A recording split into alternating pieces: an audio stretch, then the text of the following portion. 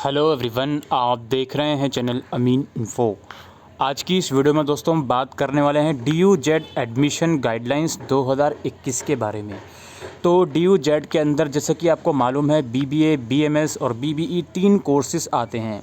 इसका entrance exam already conduct हो चुका है और आंसर की भी इसकी आ चुकी है। आज की इस वीडियो में हम बात करेंगे इसका रिज़ल्ट कब आएगा और रिज़ल्ट के बाद का क्या प्रोसीजर है, first admission list, second admission list में क्या प्रोसीजर रहेगा, क्या क्या ऑनलाइन एक्टिविटीज़ आपको करनी है, शेड्यूल क्या है, स्पॉट अलॉटमेंट की क्या गाइडलाइंस हैं, वो सब चीज़ें हम इस वीडियो में डिस्कस करेंगे। तो सबसे पहले तो आपको एडमिशन की जो वेबसाइट है वहाँ पर आ जाना है, जिसका लिंक आपको डिस्क्रिप्शन बॉक्स में देखने को मिल जाएगा।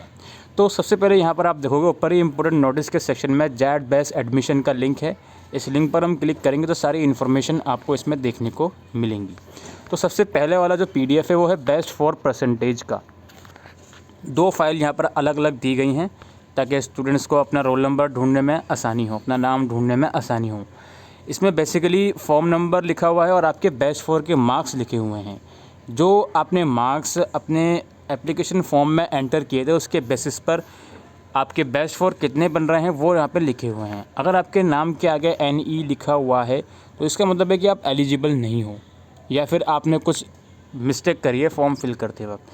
तो जो पहला स्टेप था आप लोगों का वो ये था कि अगर आपको लगता है कि इस जो लिस्ट आई है इसमें आपके नाम के आगे आपके मार्क्स गलत दिए हुए हैं तो यहाँ पर इन लोगों ने लिंक दिया हुआ है।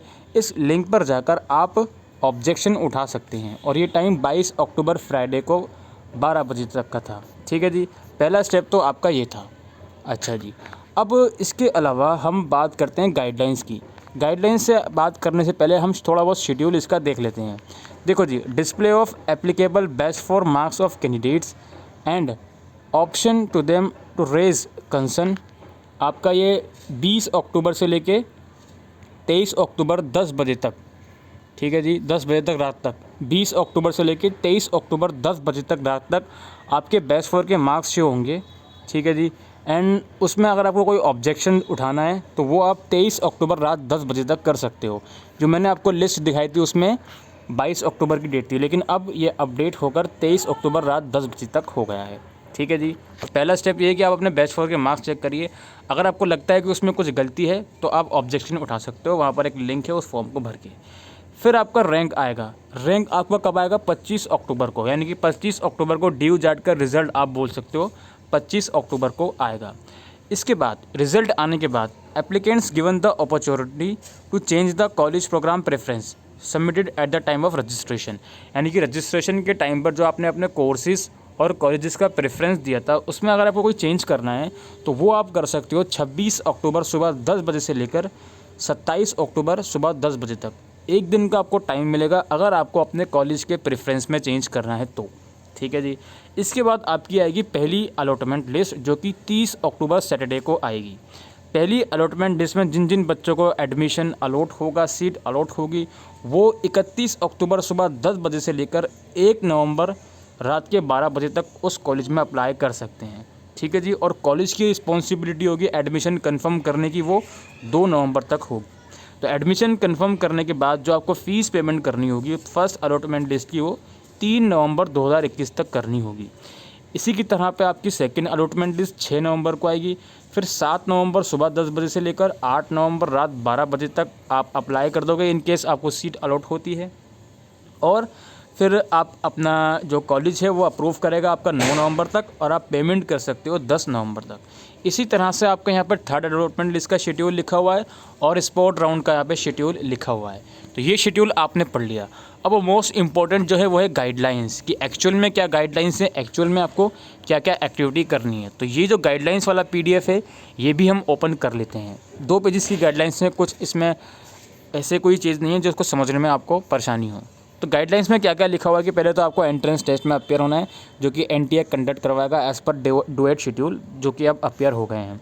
इसके बाद आंसर की आएगी, उसको आप चाहो तो ऑब्जेक्ट उठा सकते हो, बाकी जो ऑब्जेक्शन अगर एक्सेप्ट करे जाएँ तो फिर फाइनल आंसर की के बेसिस पर आपका स्कोर दिया जाएगा। ये सब बातें इसमें लिखी हुई हैं। Since JAD is being conducted in 2 session, score of the examinee is in 2 session need to be combined before computing the rank. The procedure for this is listed below. So basically आपका exam 2 session में conduct हुआ है, तो उसके according आपका normalisation का जो procedure होता है उसके अकॉर्डिंग जो है इसके स्कोर कैलकुलेट करे जाएंगे। जार्ड score from the other session corresponding to the percentile in a above in the calculation. ये सब सारा प्रोसीजर दिल्ली यूनिवर्सिटी का, ये किस तरह से बच्चे को रैंक अलॉट करनी है। पॉइंट 4 में ही लिखा हुआ है। पॉइंट 5 क्या बोलते हैं, percentage of the average marks scored in class 12 in the best 4 will be calculated from the marks enter bye you on the portal. यानी कि बेस्ट 4 की परसेंटेज कैलकुलेट करी जाएगी, उसके बेसिस पर आपने मार्क्स जो पोर्टल में एंटर किए हैं। और आपकी क्लास 12 की वेटेज 35% है और एंट्रेंस एग्ज़ाम की वेटेज 65% है। ये तो आपको मालूम है, ऑब्वियस सी बात है। ठीक है जी। अब यहाँ पे हमारी मेन कंसर्न होता है अलॉटमेंट से लेके एडमिशन तक का। देखो जी, जब आपकी पहली लिस्ट आएगी आफ्टर डिक्लेरेशन ऑफ रैंक्स, यानी कि रैंक आने के बाद जब आपकी पहली लिस्ट आएगी तो उसमें आपको कॉलेज अगर अलॉट होता है, यहाँ पे जो 6 पॉइंट है इसमें ये लिखा हुआ है कि प्रेफरेंस चेंज करने का आपको मौका दिया जाएगा, जो कि मैं ऑलरेडी आप लोगों के साथ डिस्कस कर चुका हूँ। ठीक है जी।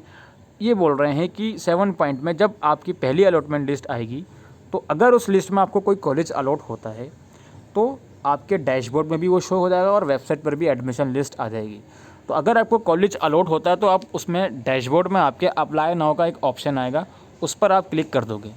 अप्लाई नाउ के ऑप्शन पर क्लिक करने के बाद जिस भी कॉलेज में आपको सीट अलॉट हुई होगी वो कॉलेज आपके डॉक्यूमेंट वेरीफाई करेगा। अगर डॉक्यूमेंट में कोई डिस्क्रिपेंसी निकलती है तो वो आपसे कांटेक्ट कर सकता है ईमेल के थ्रू या फिर फ़ोन नंबर के थ्रू कि आपके डॉक्यूमेंट्स में ये डिस्क्रिपेंसी है, इसको आप करेक्ट कर दीजिए। तो वहाँ पर आप उसको करेक्ट कर सकते हो। करेक्शन के बाद आपके डॉक्यूमेंट वेरीफाई हो जाएंगे, या फिर अगर कोई करेक्शन नहीं रिक्वायर्ड होती है आपके डॉक्यूमेंट में तो आप अप्लाई करोगे तो उसके बाद आपके डॉक्यूमेंट्स वेरीफाई हो जाएंगे। शेड्यूल मैं आपको अभी वीडियो में बता चुका हूँ किस शेड्यूल तक डॉक्यूमेंट कॉलेज वेरीफाई करेगा। वेरिफिकेशन के बाद डैशबोर्ड में ही आपके पेमेंट का लिंक आ जाएगा, आप उसको पेमेंट कर दोगे। एक चीज़ बहुत ही इंपॉर्टेंट है यहाँ पे समझने के लिए कि फर्स्ट अलॉटमेंट लिस्ट में अगर आपका नाम आता है और आप ये चाहते हो कि आप उस पर्टिकुलर कॉलेज से सेटिस्फाइड नहीं हो या कोर्स से सेटिस्फाइड नहीं हो, आप अपग्रेडेशन चाहते हो, तो अपग्रेडेशन के लिए दोस्त आपको कॉलेज में एडमिशन लेना ही पड़ेगा। अगर आप फर्स्ट लिस्ट में आपका नाम आता है, आप उसमें एडमिशन नहीं लेते हो तो सेकंड और थर्ड लिस्ट में आपको कंसीडर नहीं करा जाएगा, फिर आपकी कहीं जाएगी स्पोर्ट राउंड में। और स्पोर्ट राउंड में कोई गारंटी नहीं है कि आपको कोर्स अलॉट होगा ही होगा। स्पोर्ट राउंड में कोई गारंटी नहीं है कि जिस कॉलेज में आप इंटरेस्टेड हो वहाँ पर सीट्स वैकेंट्स होंगी या नहीं होंगी। ठीक है जी। तो ये सोचकर मत बैठना कि यार पहली लिस्ट में मेरा नाम नहीं आया, मेरा नाम तो आया लेकिन मैं इंटरेस्टेड नहीं हूँ इस कोर्स में, इस कॉलेज में, तो मैं डायरेक्ट सेकंड लिस्ट में पार्टिसिपेट करूँगा या पार्टिसिपेट करूँगी। अगर ऐसा सोचोगे तो सेकंड और थर्ड में आपको कंसीडर नहीं करा जाएगा। ठीक है जी। तो हम बात कर रहे थे कि डॉक्यूमेंट वेरीफाई होंगे फिर आपकी पेमेंट होगी। अच्छा, अब ऐसे बच्चे जिन्होंने करंटली DU में किसी कोर्स में एडमिशन ले लिया तो जब उनके डॉक्यूमेंट वेरीफाई होंगे उसके बाद पेमेंट का जब लिंक आएगा तो पहले उनको अपना एग्जिस्टिंग एडमिशन कैंसिल करना होगा। कैंसिल करने के बाद ही वो जो उनको अभी कॉलेज अलॉट हुआ होगा उसकी फ़ीस पे करनी होगी। अगर फ़ीस ज़्यादा होगी आपकी तो आपको और पे करनी होगी। ज़्यादा इन द सेंस कि अगर किसी ने किसी और कोर्स में एडमिशन लिया हुआ है, अब DU JAT में भी उसका नाम आ गया तो फ़ीस वो लोग एडजस्ट कर लेंगे। सपोज़ करिए आपने BCom में 10,000 रुपये में एडमिशन लिया हुआ है और DU JAT में आपका नाम आया 18,000 की फ़ीस है, तो बचे हुए 8,000 ही आपको पे करने होंगे। ठीक है जी। अगर नहीं लिया आपने एडमिशन किसी भी कोर्स में तो ऑब्वियस सी बात है 18,000 ही आप पे करोगे जितनी भी फ़ीस होगी। ठीक है जी। अब एक और चीज़, ऐसे बच्चे जिनका किसी अलॉटमेंट लिस्ट में नाम आता है और वो उस सीट से बिल्कुल सेटिस्फाइड हैं तो वो सारा प्रोसीजर कंप्लीट करेंगे, कॉलेज में अप्लाई करेंगे नाम आने के बाद, फिर डॉक्यूमेंट वेरीफाई होंगे, फिर वो डैशबोर्ड से फ़ीस पे करेंगे। फ़ीस पे करने के बाद आपके डैशबोर्ड में एक ऑप्शन आएगा ऑप्ट आउट ऑफ रीअलोकेशन, आप उस पर क्लिक कर दोगे in case you are satisfied with the seat allotted to you in a concern round. और अगर आप सीट से सेटिस्फाइड नहीं हो तो फ़ीस पेमेंट करने के बाद आप डैशबोर्ड को एज इट इज़ छोड़ दोगे।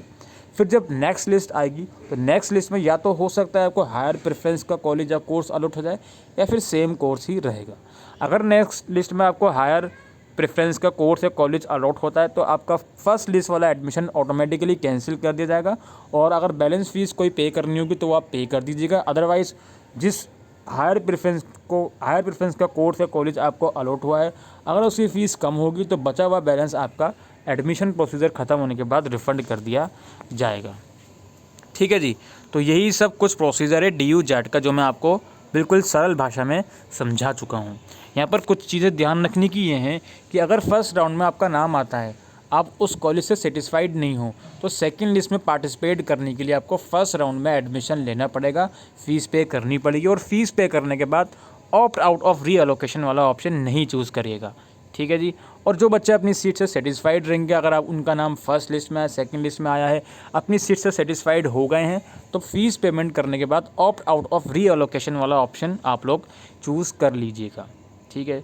अब आती है हमारी बारी स्पोर्ट राउंड की। स्पोर्ट राउंड में हर एक कैंडिडेट एलिजिबल है। स्पोर्ट राउंड के लिए आपको ऑनलाइन अप्लाई करना पड़ेगा, फ़ीस नहीं लगेगी। जो मैंने अभी शेड्यूल में आपको शुरू में बताया था कि स्पोर्ट राउंड के लिए कैसे अप्लाई करना है, एक बार शेड्यूल आप वेबसाइट पर जाकर देख सकते हो। यहाँ पर अगर आप नीचे आएंगे तो एक सेकंड में आपको दिखा देता हूँ। हाँ देखिए, candidates to apply for sport allotment rounds, candidates provide the option to change preference. अच्छा, जब स्पोर्ट राउंड होगा तो उसके लिए आपको अलग से अप्लाई करना पड़ेगा और उसमें अगर आप चाहो तो प्रेफरेंस दोबारा से चेंज कर सकते हो।